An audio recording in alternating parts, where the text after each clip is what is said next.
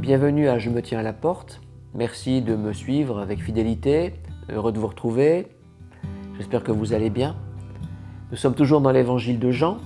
Souvenons-nous de cette parole de l'évangile de Jean. Jésus a été fait chair, est devenu comme l'un d'entre nous. Il a habité parmi nous. Il a habité parmi nous plein de grâce et de vérité. Et nous voyons au travers de ce qu'il dit, de ce qu'il fait, la grâce et la vérité en action. La fois dernière, j'ai parlé de cette rencontre entre lui et Nicodème et ces paroles bouleversantes que Nicodème a reçues à propos de la nouvelle naissance. Je vais vous parler aujourd'hui d'une autre rencontre décisive pour une femme. Nous sommes dans le chapitre 4, il s'agit d'une femme samaritaine. Jésus quitte la Judée, se rend en Galilée, doit traverser le pays des Samaritains. Il se trouve que le pays des Samaritains est peuplé de gens qui ont peu de rapport avec les Juifs. Pour aller vite, ce sont des gens qui sont à moitié païens et ils n'ont pas de relation avec les Juifs. Il est midi, il fait très chaud, Jésus est fatigué et il s'arrête dans un lieu qui s'appelle Sychar, que habitait Jacob, le patriarche. Il s'assoit à côté du puits de Jacob et là, une femme vient puiser de l'eau. Jésus lui adresse la parole. Ce faisant, il casse les codes. Parce que d'abord, c'est une femme, et elle est étonnée qu'un homme lui adresse la parole, et ensuite c'est une Samaritaine. Et Jésus lui demande à boire. Et elle commence par lui dire, mais comment toi qui es juif, tu m'adresses la parole? Et il va lui dire un certain nombre de paroles qui vont la toucher et la bouleverser. Je disais dans une vidéo précédente que la vérité, c'est toujours une vérité sur mesure pour les gens qui ont besoin d'entendre quelque chose sur leur vie. Cette vérité est toujours une vérité sur mesure. Jésus va lui dire des choses qu'elle a besoin d'entendre. La première parole qu'il va lui dire, c'est « Si tu connaissais le don de Dieu, c'est toi-même qui me demanderais à boire. » Et là, elle ne comprend pas. Elle dit « Mais comment pourrais-tu puiser de l'eau ?» Elle est au niveau matériel, comment pourrais-tu puiser de l'eau? Et là, Jésus déplace le problème de la soif, non pas sur une soif physique, mais sur une soif d'autre chose. Et il lui dit, si tu connaissais le don de Dieu, c'est toi-même qui m'aurais donné à boire. Quiconque boit de cette eau aura encore soif, mais celui qui boira de l'eau que je lui donnerai n'aura jamais soif, et l'eau que je lui donnerai deviendra en lui une source d'eau qui jaillira jusque dans la vie éternelle.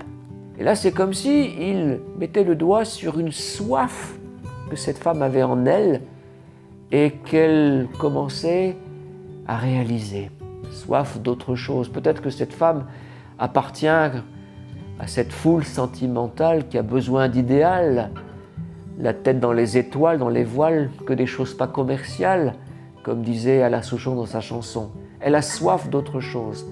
Et Jésus pointe le doigt sur cette soif d'autre chose. Voilà cette première parole que Jésus lui dit. La deuxième parole, il lui dit, va chercher ton mari.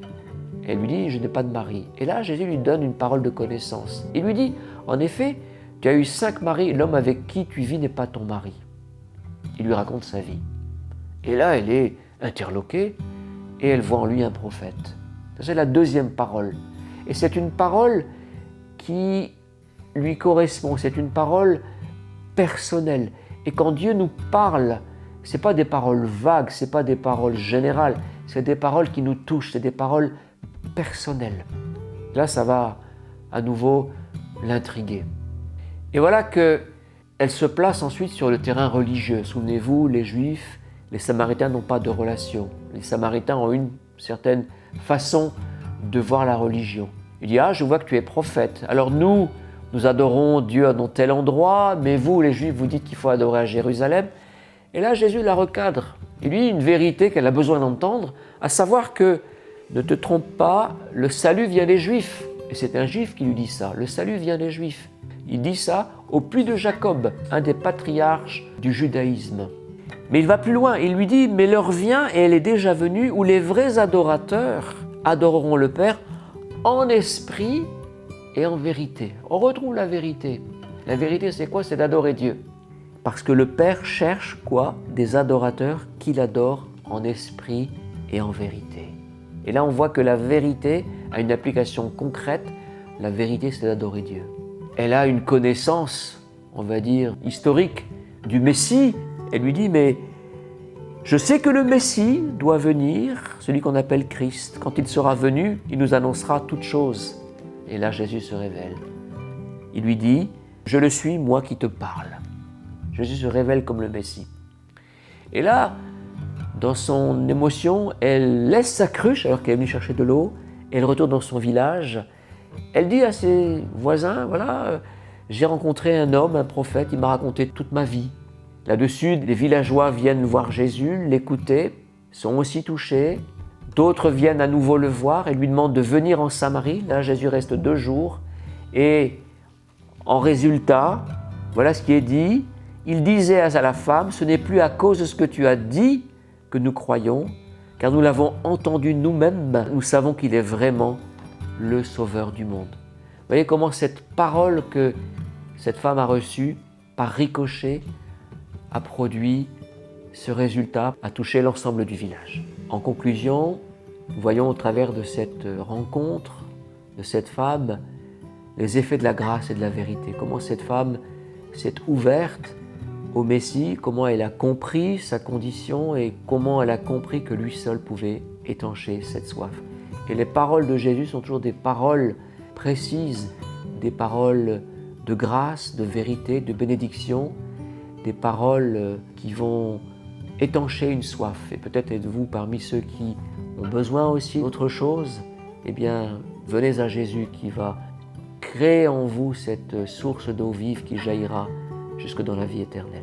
Si vous vous sentez concerné, eh bien, n'hésitez pas à me contacter. On peut en parler, je peux même vous conseiller ou même prier pour vous en tant que pasteur. Merci d'avoir regardé cette vidéo. N'hésitez pas à la partager, à la commenter. Abonnez-vous si ce n'est pas déjà fait. Et je vous dis à très bientôt sur Je me tiens à la porte.